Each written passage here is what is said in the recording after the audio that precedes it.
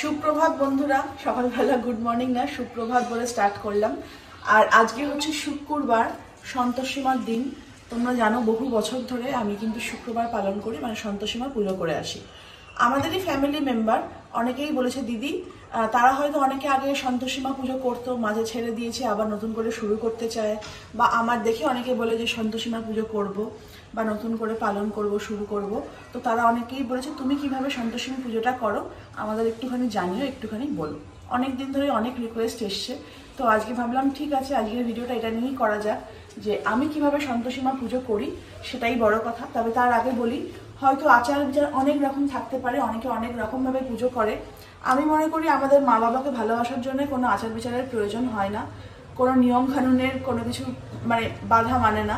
তো সেরকমই ভগবানকে যখন আমরা পুজো করি, সেও কিন্তু আমাদের মা বাবারই মতন। তো তাকে পুজো করার জন্যে মনের ভক্তি, ফুল জল এইটুকুই ভগবান চায়, আর কিচ্ছু চায় না। তো যাই হোক, যেটুকু আমার আচার বিচার দিয়ে আমি পুজো করি সেটুকুই তোমাদের সামনে আজকে ভিডিওতে তুলে ধরবো, তোমরা অবশ্যই দেখো। থালা বাটিগুলো নিয়ে নিয়েছি, আর যে সামনে সন্তোষীমার সামনে আমি প্রত্যেক শুক্রবার ঘট পেতে পুজো করি, সেই ঘটও নিয়ে নিয়েছি। মানে আগের সপ্তাহে পেতেছিলাম, তো সেইটা আবার এই সপ্তাহে সব কিছু ওই ফেলে দিয়ে আবার এগুলোকে ভালো করে মেজে নেবো। সন্তোষীমার ঘটে দেওয়ার জন্য না করবীর ডাল লাগে, বুঝলে। অনেকে পান পাতাও দেয়, আবার অনেকে জবা ফুলের পাতাও দেয়। তবে আমার যেহেতু বাড়িতেই করবীর আছে গাছ, তো আমি করবী গাছের ডাল দিই। তবে সবসময় মনে রাখবে যে করবী গাছের ডাল কিন্তু ইভেন নাম্বার, এই অড নাম্বার দিতে হয়, ইভেন নাম্বারে নয়। যেমন 3টে, 5টা, 7টা, 9টা এইভাবে কিন্তু দিতে হয়। এখান থেকে একটা করবীর ডাল আমি ছিঁড়ে নিচ্ছি। তো করবীর ডাল আমি ভেঙে নিয়েছি, আর এখানে 7খানা পাতা আছে, মানে অড নাম্বারে। এটা ধুয়ে নেবো। আগের দিন রাত্রির বেলা ছোলা ভিজিয়ে রেখে দিয়েছিলাম জলে, ছোলাটাও ভালো করে ধুয়ে নেবো, কেননা সন্তোষীমার পুজোতে আমি শুধু ছোলা আর গুড় দিয়ে ঠাকুরকে পুজো দিই। তো ছোলাটাও ভালো করে ধুয়ে নিচ্ছি। ঠাকুর ঘরের জন্যে আমি আলাদা করে এই যে সার্ফের দেখছি কৌটো একটা রেখে দিয়েছি, আর স্কচ ব্রাইটও থাকে, এটা দিয়ে আমি ঠাকুরের বাসনপত্রগুলো মাজি। আর অনেকেই বলে দিদি তুমি তামার ইউজ করো না কেন ঘট বা ইয়ে। তো সন্তোষীমা তো টক ফক ছোঁয়াছুঁই যায় না, তামার জিনিস হলেই না একটুখানি তেঁতুল ফেতুল দিয়ে মাছলে তবে চকচকে হয়। তো ওই জন্য আমি স্টিলই ইউজ করি। সন্তোষীমার ওখানে টকের ছোঁয়াছুঁই করা যাবে না, তাই।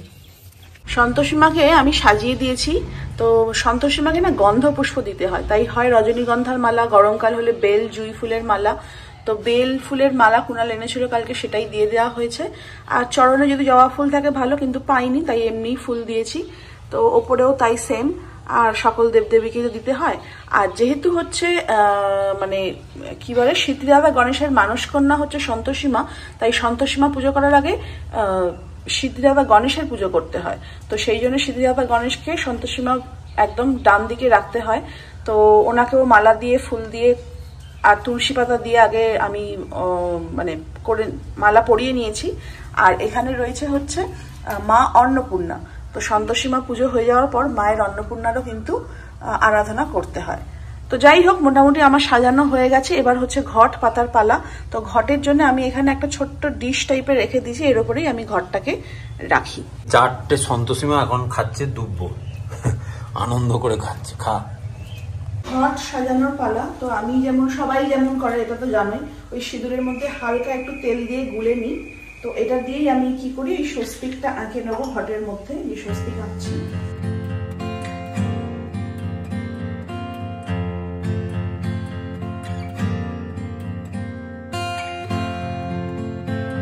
করে দিচ্ছি।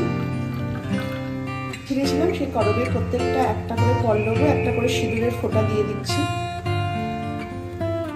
হচ্ছে বেলপাতা, ফুল দিয়ে সাজিয়ে দিলাম ঘরটা। দিচ্ছি 2টো ছোলা।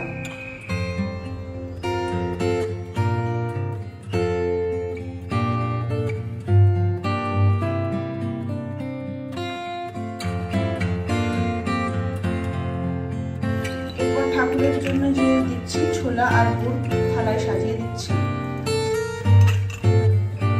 আর আমি এরকম আলাদা টিফিন বক্সে করে ঠাকুরের গুড় রেখে দিই। তো প্রত্যেক শুক্রবার ছোলার সাথে ঠাকুরকে গুড় দেওয়া। প্রতি শুক্রবার সন্তোষীমাকে ঘিয়ের প্রদীপ জ্বালাই। তো এখানে ঘিয়ে দিয়ে দিলাম প্রদীপে। আর করে ঘিয়ের শিশি আমি ঠাকুরের জন্য ঠাকুর ঘরে রেখে দিই।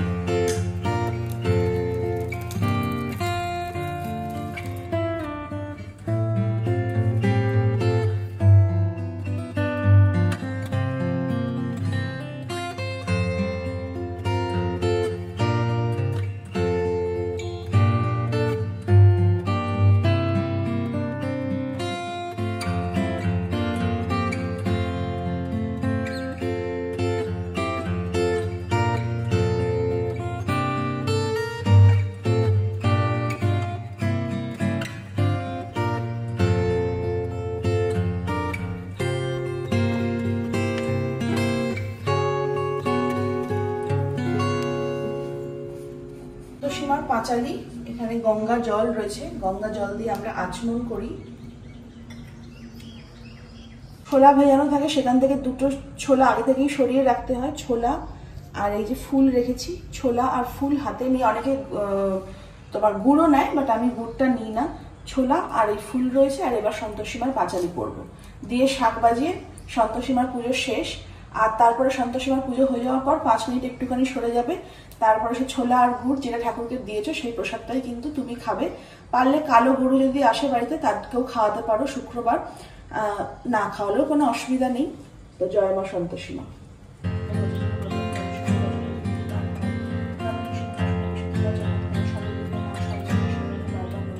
এসে দাঁড়িয়ে আছে প্রসাদ খাবে বলে। দাঁড়া দাঁড়া, দিয়ে দাও। ভালোই হলো, আজকে রুটিও এসছে শুক্রবার সর্ব।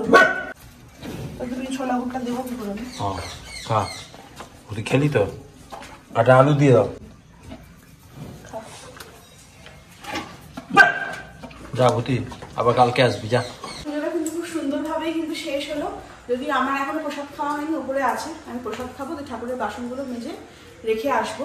তো এই পদ্ধতিতে খুবই আমি সিম্পল পদ্ধতিতে পুজো করি, এমন কিছু নয় বিশাল আড়ম্বর। আর ঠাকুর কিছু চাইও না, ঠাকুর চাই একটুখানি গন্ধ পুষ্প আর একটু ধূপধুনো দিয়ে ছোলা গুড় দিয়ে ঠাকুরকে পুজো দেবো।